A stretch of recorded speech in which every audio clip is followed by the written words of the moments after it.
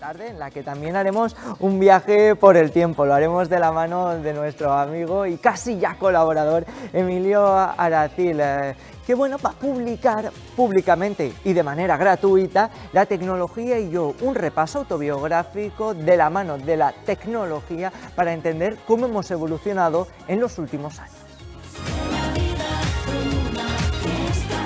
Esta tarde, bueno, vamos a hablar de reconciliación, en este caso con la tecnología, porque hay varias generaciones que ya nos estarán viendo y diciendo, madre mía, si ha cambiado la tecnología, si hemos evolucionado en estos últimos 40 años, de esas televisiones que ustedes hoy día, si no hubiésemos cambiado, nos verían en blanco y negro, de estos teléfonos que solo servían para llamar y que, bueno, pues ahora se ha convertido en un ordenador portátil.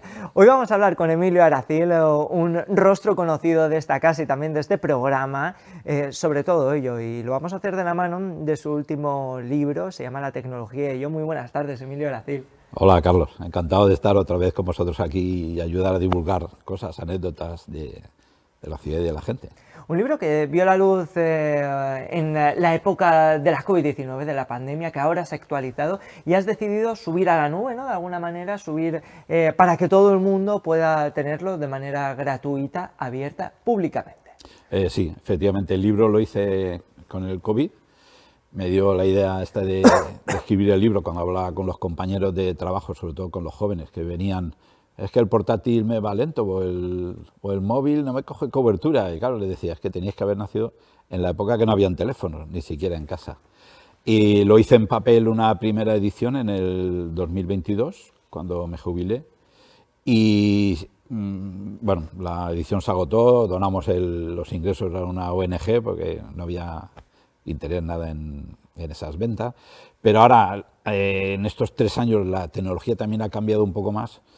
Y gracias a estar jubilado tenía tiempo y me dio por actualizar un poco el libro y ponerlo en un formato que todo el mundo se lo pudiera descargar. Lo he hecho en PDF, entonces esta noche, después de la entrevista con vosotros y la presentación, voy a ver si lo puedo subir a YouTube para que la gente se lo pueda descargar y leerlo en el móvil, en el PC, en una tablet y totalmente gratuito, por supuesto. Nosotros lo hemos leído en el ordenador. Hemos cambiado el formato papel por la nueva tecnología, en un libro que, bueno, pues sí que se ampara, ¿no?, en la tecnología como hilo conductor, pero que habla mucho más que de tecnología. Partes de narrar la esencia de Alicante, de sus gentes, de cómo han cambiado también los barrios, la forma en la que los niños y niñas jugaban, del churro media mango mangotero, madre mía, de la pedra a lo que se ha convertido. La pedra sin odio. Sin odio, es verdad, lo dices, lo matizas, que era, bueno, pues una forma de juego, de cómo se compraban las legumbres antaño, cómo ha cambiado ese Alicante del siglo XX. Efectivamente. En principio el libro lo he escrito de una forma autobiográfica, es decir, es contar cómo ha cambiado la vida, la tecnología, desde que nací hasta ahora que estoy jubilado, pero siempre desde el punto de vista del niño que va creciendo y va viendo todos estos cambios. En los barrios yo me acuerdo de ir a los pequeños comercios que habían y mi madre me encargaba lentejas, habichuelas, me las envolvían en un papel, nada de cosas de bolsas de plástico y demás, nos fiaban, luego le pagabas a final de mes, nos conocíamos todos. La vida en los barrios es como si hoy fuera un símil con una urbanización, es decir, todo eran plantas bajas, 2 plantas, lo más alto que había eran 4 plantas. Yo nací la calle siguiente al Horno de Rafelet, en Rotolano, ahí en Carolinas Altas, y claro, todo el mundo se conocía. Las calles no había casi circulación, estaban sin asfaltar, entonces los niños jugábamos en la calle. Hoy en día eso es a lo mejor una urbanización, pero en eso hemos cambiado porque claro, nos veíamos con los críos de la calle detrás, jugábamos a fútbol en un bancal, jugábamos a las chapas, hacíamos alguna pedrega que era alcanzar al otro, sí, pero sin odio, luego nos veíamos y seguíamos jugando.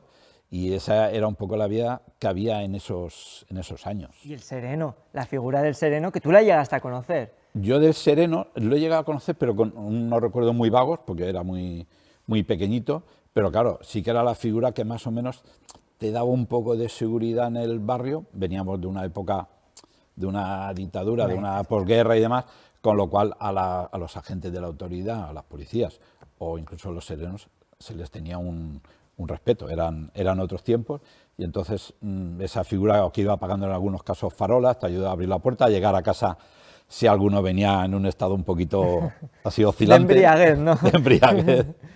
Hablas de reciclaje, bueno, pues que al final sí que desde las instituciones se apoya mucho y bueno, pues se promociona, pero que no ha sido la panacea del siglo XXI, porque esto ya existía de antes y se pensaba mucho en ello. De hecho, tú lo vinculas incluso con las hogueras, que las hogueras no tenían nada que ver con estos monumentos que vemos ahora en la calle, sino que eran también montones de muebles reciclados, de cosas que la gente no quería. Claro, el tema del reciclaje, bueno, en muchos casos habían traperías, gente donde le llevabas el cartón y se lo podías vender, por el cristal te cobraban cuando lo llevabas, o sea, cuando lo llevabas te devolvían, o sea, era una forma de reciclar. En las hogueras, estaban las hogueras como ahora, no se hacía con corcho y demás, las hogueras se hacían con cartón y madera, y en los barrios, muchos de los críos pequeños, o bien con enseres de casa, con maderas, hacíamos hogueras en bancales, en los barrios que teníamos estos sitios. A lo mejor en el centro no se podía tanto, y luego las hogueras, pues no es como ahora que están los mesones restaurantes, sí, ¿no? Claro, eran las hogueras, venían a cobrarte a casa La cuota, tú pagabas y estabas inscrito en la hoguera, entonces se veía de otra manera. Incluso una cosa curiosa que sí que la recuerdo, es que cuando llegaba la hora de la palmera, Alicante se apagaba, casi en su totalidad, con lo cual tenías toda la ciudad a oscuras, casi toda, y veías la palmera desde cualquier lado, tampoco habían edificios altos como ahora. Entonces eso sí que lo recuerdo como una cosa curiosa. Y luego pues todos los chavales alrededor de las maderas, pues a saltar, correr, dar la vuelta, que dar la también... vuelta, algunos se caían en la hoguera, sobre todo los padres que ya eran más mayores. Qué interesante, ¿no? Cómo hemos evolucionado en tan poco tiempo al final. No ha pasado tanto Sí. y, bueno, pues ha sido abismal como Alicante y el mundo pues ha ido de alguna manera avanzando, ¿no? Evolucionando a través también de su tecnología. Una tecnología que en un principio era bastante rudimentaria, pero que existía, los teléfonos móviles, por ejemplo, las cabinas de teléfono, que pensamos que esto era una cosa de Inglaterra. Sí, La nueva generación. No, aquí teníamos nuestras cabinas de telefónica. Claro, es que hemos pasado primero de no tener televisiones a tener televisión en blanco y negro, como has comentado antes, y con una cadena, televisión española, y ya está. En las casas en las que había teléfono, tenías un teléfono. Es decir, tenías que hablar con la gente, con tus amigos y con tus padres al lado. Y encima se cobraba por minutos y por segundos, cuelga ya, que ya la verás mañana. Y claro, al amigo o a la amiga, sobre todo a la novia, las veía al cabo de los 3 días. No habían móviles y en la calle solo estaban las cabinas. Las cabinas, igual que el teléfono de casa, era de círculo, tenías que ir dando cada número. Si te equivocabas, como tuviera un 8 o un 9, volvías a empezar. Y claro, te tirabas ahí 1 hora para marcar un teléfono. No había otra tecnología, no había otra forma de llamar. Se te comían las monedas, etcétera. O sea que... Los coches entonces eran también, bueno, pues un privilegio que no todas las familias tenían la posibilidad de alcanzar, y si había un rey en las carreteras españolas, ese era el SEAT 600. El 600. Yo me acuerdo, mi padre estuvo 1 o 2 años en lista de espera, y en el año 67 creo que fue, compró un SEAT 600. Y claro, aquello ya cambiaba porque ya te podías mover, podías ir a muchos sitios que antes la gente no podía ir porque no había los transportes públicos de ahora. Entonces ya nos permitía ir con la familia pues a la playa, a la montaña de excursión, al campo a comer, etcétera. Pues es que no habían casi coches. El 600 fue el que popularizó o permitió a la clase media salir prácticamente. Hablas también, bueno, pues del servicio militar, también de los colegios, de las aulas, nada que ver con lo de hoy día, donde, bueno, pues la disciplina era una de las protagonistas también, donde si no sabías la respuesta, pues atenerse a las consecuencias. A ver, también hay que ponerlo en el contexto histórico, es decir, no lo que se hacía antes lo ves ahora y es casi inviable hasta que se permita. Pero aquí el profesor iba al colegio Don Baró, en Alcalá Galiano, y cuando nos preguntaba 2 a la vez por los ríos de España y te equivocabas, pues te caía algún bofetón a mano abierta. O sea, hablas de bofetones, no de la regla, pero yo ayer la regla también, con sí, mi padre, decía la regla. La regla también te daban. Lo que pasa es que aquí, como ya éramos también más mayores, ya teníamos unos 10 años o por ahí, Entonces ahí era bofetón a mano abierta. Tampoco... Pero claro, en esa época no era tan raro. Y luego una cosa que hoy ni se plantea, cuando venían las madres a recogernos, prácticamente el 99% eran madres las que venían a recogernos a la hora de comer, no habían comedores, había una frase lapidaria cuando salía el profesor a la puerta, con todas las madres allí para recoger, y decía: fulanito, fulanito y fulanito no van a casa a comer porque se han portado mal. Y las madres se volvían para casa, tú te quedabas allí sin comer. No cuestionaban nada. No, aquí no se cuestionaba nada. Se cuestionaba luego a ti cuando volvías a casa, que te decían: ¿qué has hecho para que te hayan castigado? Y entonces ahí ni comíamos y normalmente nos ponían a hacer 1000 veces: no volveré a hablar en clase. Utilizamos tecnología, pues juntábamos 3 o 4 minas de bolis Bic con fixo y ya hacíamos 4 líneas a la vez, que si no, 1000 líneas dan para mucho, ¿eh? Tetexa es una de las empresas que a ti personalmente te marcaron la vida. También de aquí surge tu pasión, incluso la inspiración temprana de lo que hoy es este libro. Tú lo escribes como si fuera la NASA. Sí, a ver, también poniéndolo en la fecha, en el contexto histórico, estamos hablando del año 75, acabó el colegio. La frase de la época era: si no quieres estudiar, pues a trabajar. Aquí no habían otras opciones. Mi padre era ebanista, entonces conocía a mucha gente y habló con el dueño, con el socio de una empresa que estaba en la Plaza de Galicia con Eusebio Semper haciendo esquinas, se llamaba Centro Técnico de Proceso de Datos. Claro, cuando yo llego allí, si nos ponemos en esa época, no existía la informática como la conocemos. Solo tenían ordenadores los 4 bancos que habían en España, 2 o 3 multinacionales, como el aluminio cuando estaba aquí, y esta empresa, que en la época serían un ordenador ahora de unos 4 o 5 millones de euros, y entonces es el que le hacía los trabajos de contabilidad de nóminas a las empresas grandes.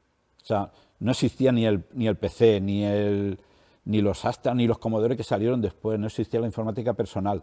Entonces, las turroneras, las nóminas, la residencia, hacíamos las nóminas y todo, con esa informática, porque nadie tenía, o sea, no existía. Habían, como la empresa esta donde yo entré a trabajar, habían 4 en España, o 5. O sea, era impresionante. Este fue tu primer paso, luego llegaste a la Policía Municipal de Alicante, por aquel entonces nada de local. Bueno, y este cuerpo, ¿no?, de policía también ha visto avances en su haber, y es que tú cuando llegas, por ejemplo, el control de alcoholemia que hoy conocemos era muchísimo más elevada la tasa. Claro, es decir, yo en el 80, o sea, después de la mili, que me pilló el golpe de Estado, por cierto, estando ahí de escolta, que lo pasamos. Entonces, decido prepararme una oposición y apruebo. Y entonces, al entrar en la policía, pues claro, lo comparas con los medios de ahora. Es decir, en la época entré en atestados, las alcoholemias cuando yo entré eran 0,8. Madre mía. Claro. Ahora es 0,25. Ahora es 0,25. Entonces, el que daba positivo era un profesional. Desde luego. O sea, pero además del medio, pero del medio acuático. Exacto, ese ya se coronaba.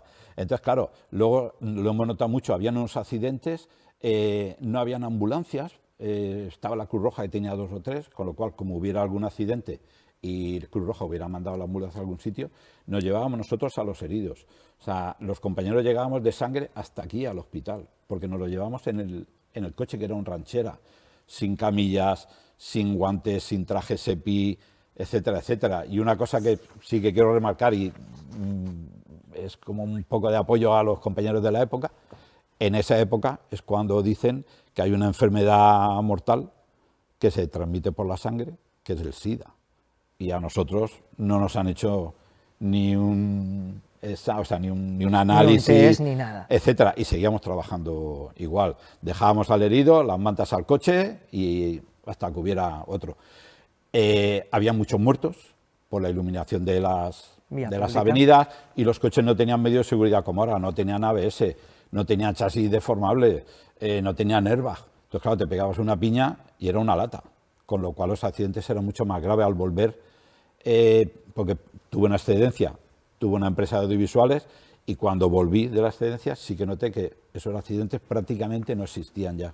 Eran todos daños materiales, de un golpecito, pero todo lo que había en esa época prácticamente había desaparecido. Nos hemos quedado sin tiempo para más, pero tendremos que volver a invitarte para hablar de cómo hemos llegado a este punto donde nos encontramos con la inteligencia artificial, esas gafas inteligentes y todo lo que hoy día conocemos y con lo que convivimos. Emilio Aracil, muchísimas gracias por estar una tarde más con nosotros y por mostrarnos este libro que prácticamente en unas horitas ya será público. Sí, lo que quiero es que la gente, una vez que terminemos la entrevista, que lo vean en el canal de YouTube Emilio Aracil, lo buscan y estará, voy a ver si puedo poner la entrevista, por supuesto, también, y el enlace al vídeo para que se lo puedan descargar. Y ahí pueden ver pues todo lo que ha avanzado, y si no, otro día venimos y te cuento lo Nosotros que ha avanzado. encantados de tenerte. Vale. Muchísimas gracias. A vosotros.